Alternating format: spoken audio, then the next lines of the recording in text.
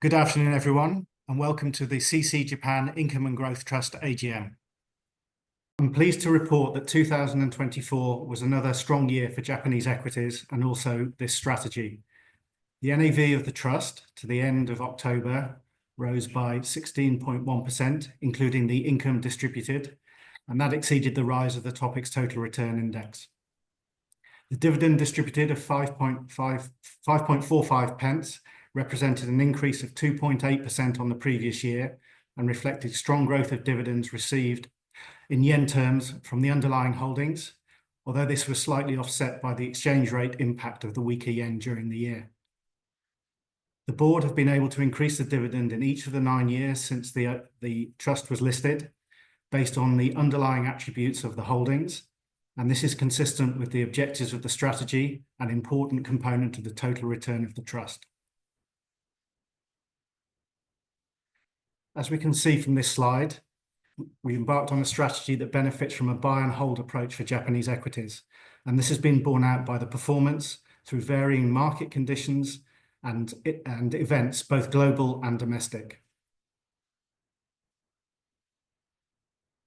One of the key attributes of the strategy is its consistent focus on companies that grow operationally over the long term and can complement this growth with a rising dividend stream to investors over time. We have consequently been able to generate a comparable profile to the investors in the trust.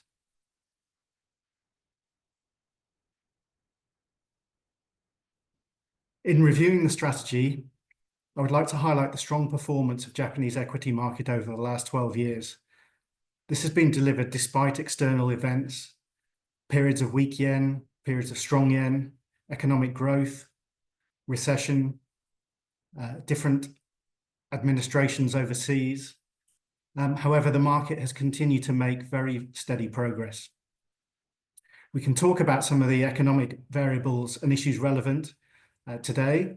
However, we believe that the real opportunity lies in the fundamental improvements in capital efficiency and corporate governance that are taking place in Japan currently.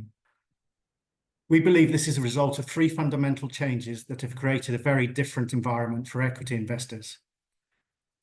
Firstly, cash flow, a distinct change in how companies were utilizing their free cash flow. Second, valuation, Japan finally derating from the lofty valuations that existed from the time of the bubble.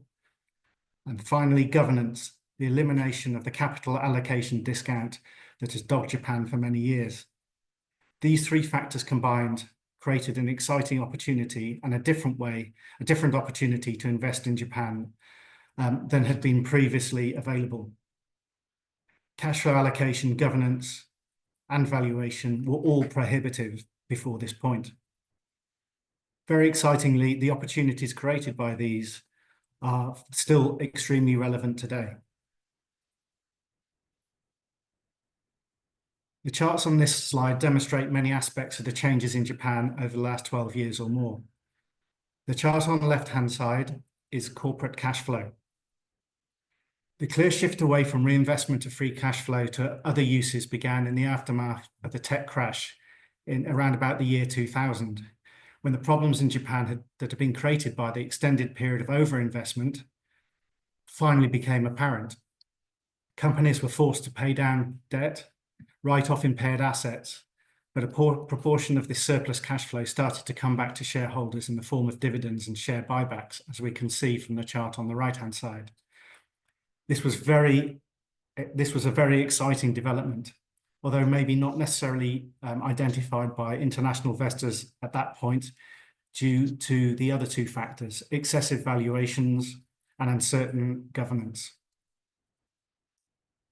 Before I finish on this slide, please note that the spread between cash flow generated and that required by companies to reinvest continues to widen.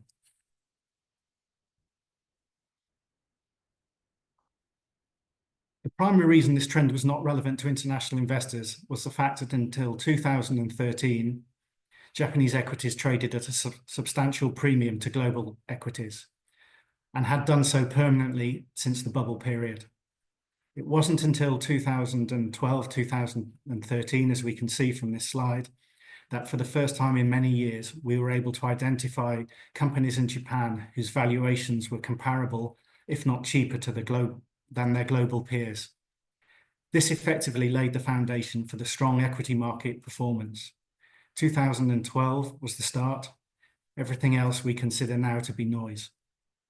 The equity market has performed strongly, but is actually no more expensive now than it was in 2013. For example, the return on equity in 2013 was only 6%. It's currently 9%. The dividend yield of the market 2013 was 2%, and it's currently 2.6%.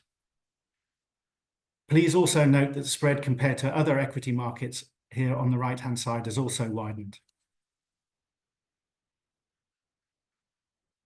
The final piece of the puzzle was governance. Quite rightly, many investors with long-term memories have experienced nothing but pain and trauma investing in Japan. Apart from the valuation derating, I think it's fair to say that this was also a result of poor capital allocation. This is the timeline of governance reforms that are promoting more efficient allocation of capital and therefore eliminating this risk of capital misallocation. The foundations were the Stewardship Code and Corporate Governance Code, established under the guidance of former Prime Minister Abe and his Abenomics restructuring programme. These, along with everything that has followed, can be best described as soft laws, standards and guidelines to be followed rather than strict regulations, but collectively are driving the changes that many have called for in Japan for decades. One of the most recent initiatives is that of the Tokyo Stock Exchange to raise awareness of cost of capital and corporate value in overall corporate management behaviour. This is having a profound and visible impact on capital management. And this can be measured in terms of a number of factors, not least the acceleration in the sell down of cross-held shares, other superfluous assets such as real estate, and share buybacks. Recent research by one sell-side house concluded that if all the companies in Japan were to sell all of their cross-shareholdings and use all the proceeds to buy back shares, then Japanese equities would close the gap of ROE compared to other markets considerably. This is something that won't happen overnight, but that is the trend that we observe. The commitment to reform and general understanding of corporate governance is improving, which, combined with the more attractive valuations and greater ability of companies to generate free cash flow, create an opportunity more exciting now than it was when we first established the trust in 2015. Let me briefly introduce the team. We're a team of 3 based in London, away from the daily noise of the market, but boosted by our strong relationships with independent research houses based in Tokyo that give us access to information in a timely manner. We benefit from being able to process the research and make decisions unencumbered by distractions. The team is myself, with 33 years of investment experience, 27 of those covering Japan exclusively.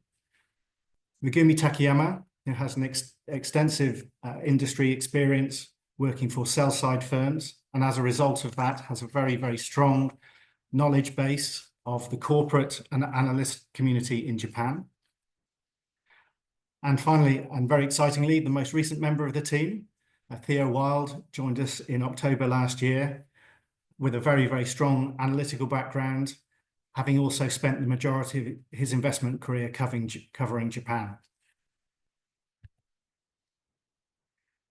Briefly, the investment process incorporates the key characteristics that we have mentioned and form the core of our investment beliefs: cash flow, governance, and valuation. The first can be identified through screenings based on factors such as historical track record, current balance sheet strength, and future projections. The second layer, qualitative analysis, is really the desk-based research that allows us to separate good long-term investment opportunities from those that are less attractive. The third layer is governance. It is only by meeting company management that we are able to confirm the validity of our investment thesis, fill in any knowledge gaps, and develop relationships that benefit the investment opportunity. Finally, valuation. This is key. Careful analysis and consideration is necessary to avoid the risks of overpaying.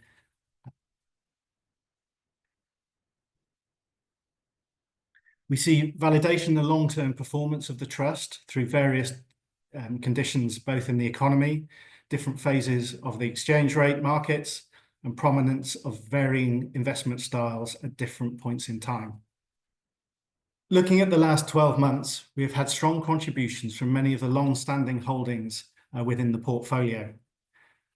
Financial sectors have been at the forefront of the corporate governance evolution in Japan, and have been delivering both strong underlying business growth and complementing that with very strong returns from dividend growth and share buybacks. Tokio Marine, I'll mention, that's one of Japan's leading insurance companies. And it was interesting in a recent meeting to hear them say that as they are selling down their cross holdings and buying back shares, they see a very, very significant improvement of ROE of at least 25% in coming years.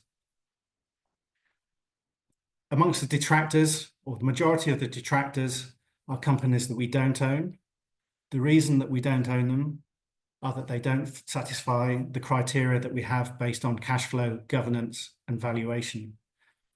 So in terms of Recruit, we have issues with the valuation. With Mitsubishi Heavy, sustainability of cash flow, and SoftBank Group with governance.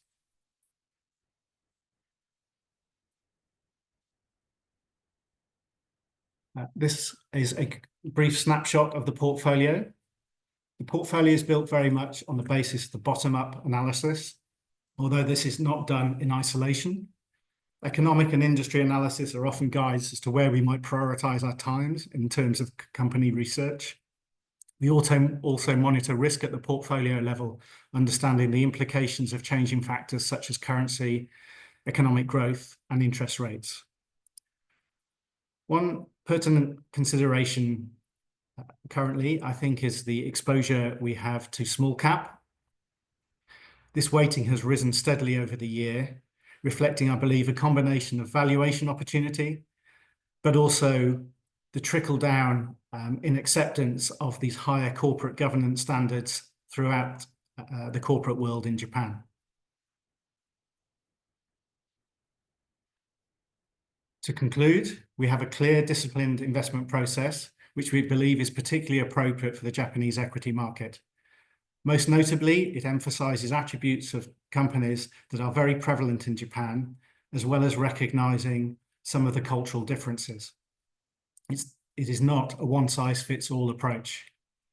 Our focus is long-term capital return from our investments, and this is reflected in the long-term track record of the trust. There is a consistency in objective of the investment vehicle and also the investment approach.